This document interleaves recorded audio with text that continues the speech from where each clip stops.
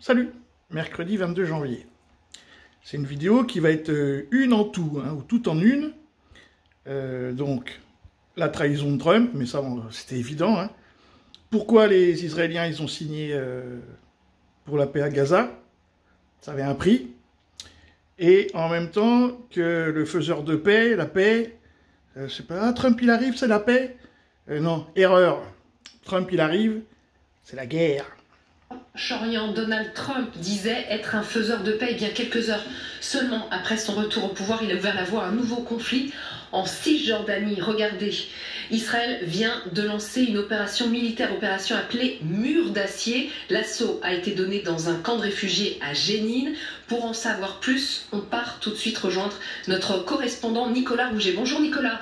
Deux questions. 1. Comment se déroule cette opération? Et 2. Quel est l'objectif de l'État hébreu? Oui, c'est une opération évidemment violente. Ce sont des centaines de soldats, mais aussi des forces spéciales de la police et du renseignement intérieur israélien, appuyés par l'armée d'air, des frappes de drones, mais aussi un hélicoptère Apache à la mitrailleuse lourde à tirer sur le camp de réfugiés. C'est un environnement extrêmement dense, 12 000 habitants environ pressés dans cette ville à flanc de colline.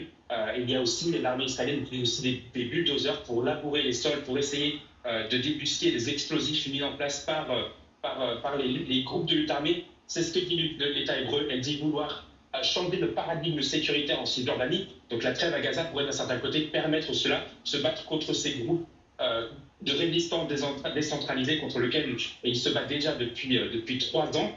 Mais évidemment, beaucoup de gens ici voient une volonté politique de profiter de l'ère Trump pour essayer d'arriver à ce but que s'est fixé l'extrême droite israélienne depuis plus de 50 ans maintenant, d'annexer la Cisjordanie, et donc que cela ferait partie, ce changement sécuritaire serait d'un certain côté une carotte donnée à l'extrême droite israélienne pour arriver à ce but aujourd'hui, et aussi pour saper l'autorité palestinienne. Ramallah a essayé ces 6 dernières semaines de mater ces groupes de résistance aussi pour essayer d'inspirer une sorte de monopole de la lance, de cohésion nationale.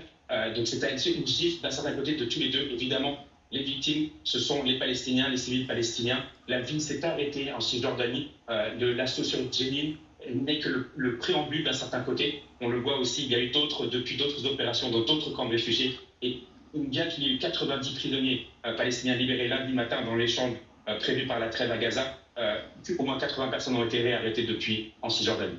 Merci. Voilà. Bon, donc du coup, pour Trump, la paix, c'est pour les japhétistes. C'est pour les descendants de Japheth, ce qu'on appelle l'homme blanc. Par contre, pour les sémites, parce que ça, c'est des sémites, où il y a la guerre en Cisjordanie, c'est des sémites. Alors là, les sémites, eux, il n'y a pas de paix, eux. Non, la paix, non, les sémites, non. Donc voilà, premièrement. Deuxièmement, que vont faire les Houthis? Parce que là, d'arrêter Gaza pour reprendre en Cisjordanie, d'ailleurs, qui est un territoire censé être libre, mais bon, admettons. Bon, comment ils vont se comporter? Et puis, à un moment donné, bon, ça, c'est la construction dans leur tête du grand Israël. Bon, mais ils vont aller où, les gens qui détruisent leur habitation? Voilà, donc il y a la paix, oui, mais pour comment dire, pour ceux qui y croient. Salut les amis!